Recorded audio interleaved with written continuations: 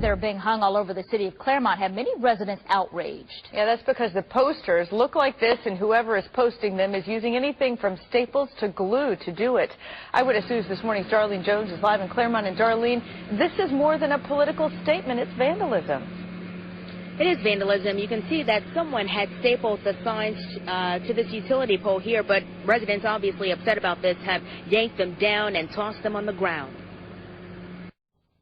The posters are on street signs, telephone poles, and someone was bold enough to put them up on mailboxes at the Claremont post office, which is a federal crime. He looks so mean and gruesome and evil, and this is not something that you want to, as an American, to portray your president, no matter what you think.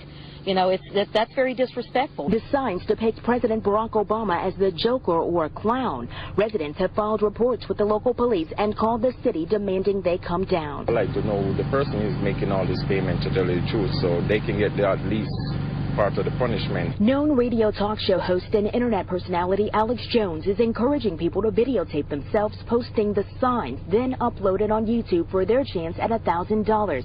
Some call him a muckraker and conspiracy theorist who's determined to rally as many people as he can against the president. It doesn't matter who you support, and I've had friends call today that are both Republican, Democrat, Independent, and it's just very, very low and offensive.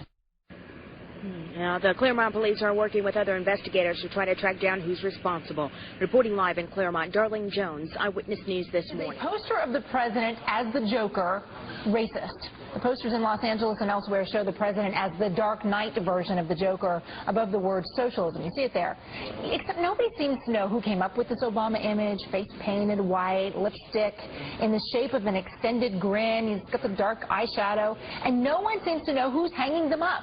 Philip Kennicott is a style reporter for the Washington Post. Philip, have you been able to get any further in finding out who's behind it? Last I checked, we still don't know who's done it, and I'm not sure that we will find out anytime soon. All right. In your article on the Washington Post, you say, and let me just give the title, Obama as the Joker, Racial Fears, Ugly Face. Explain what you mean. Well, I go back to the original context of the Joker and the Batman films, and these films have always been about urban fears, and quite simply, those fears code in many ways black. They play into anti-African American stereotypes, which is one of the reasons I think they chose this particular comic book villain instead of some other to superimpose over the face of the president. But we just put it up there, we saw George W. Bush on Vanity Fair as the Joker. I mean, then why would this be racially motivated? Well, I mean, for the obvious reason that George Bush wasn't black. I mean, in this case, I think what they're doing is finding an image that actually has undercurrents when applied to Obama that it simply didn't have when it applied to Bush. You know, it's interesting because we're seeing a lot of these trends, a lot of these questions about whether some of the attacks against Obama are really about the color of his skin. For instance, not just this Joker poster, but also the whole birther movement. Do you think that maybe there's not enough attention being paid to how many of the attacks really still are about the color of our president's skin?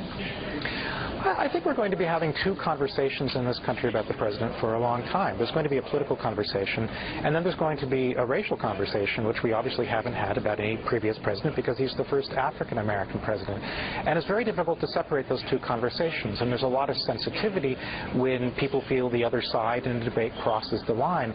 But I think absolutely we need to continue looking at what are the legitimate political arguments and where racially coded arguments are coming in. And that doesn't necessarily mean that they're racist arguments, but being aware of how race is playing into imagery.